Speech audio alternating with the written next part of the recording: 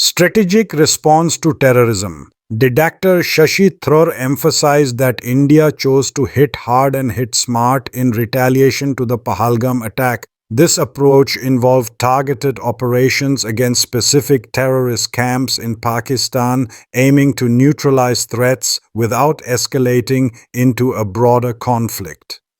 India as a status quo power. He contrasted India's commitment to stability with Pakistan's actions, stating, "We're a status quo power, Pakistan is not." This remark underscored India's dedication to maintaining regional peace while addressing provocations through measured responses. Operation Sindoor. The speech was part of a broader initiative named Operation Sindoor, a diplomatic effort involving a multi-party delegation touring 5 countries. The operation aims to garner international support against terrorism and highlight India's stance on cross-border threats. I rise not to contest the eloquence of Dr. Shashi Tharoor, but to respond on behalf of Pakistan to a narrative that continues to distort history, silence legitimate voices, and mask injustice behind poetic language and economic ambition.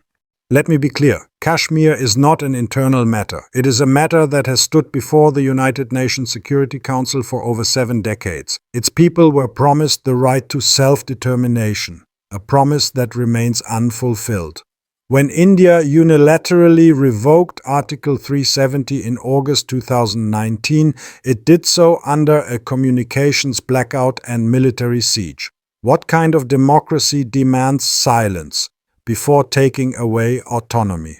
If Kashmir were truly a settled issue, there would be no 500,000 troops, no pellet guns, no internet blackouts, and no graveyards filled with young men whose only crime was raising their voice. On terrorism, India often positions itself as a victim. But let us not forget, India stands accused of covert interference in Balochistan.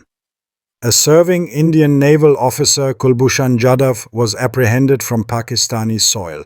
His confession was clear. His mission, destabilization, sabotage, subversion. Is this not terrorism by another name? If Sky TV shows martial art training on mosque and declaring it as terror camp, please let me know what these Johnnies of RSS are doing. So Pakistan should consider them as terrorist camps, which in thousands specially grew in stint of Modi government. Terrorism must be condemned in all its forms, including state-sponsored oppression and foreign interference. No country, however boosting though with fudged figures economically powerful, should be allowed to use terrorism as a one-sided accusation while refusing to look into the mirror. Economic strength does not buy moral immunity. Human rights are not tradable commodities.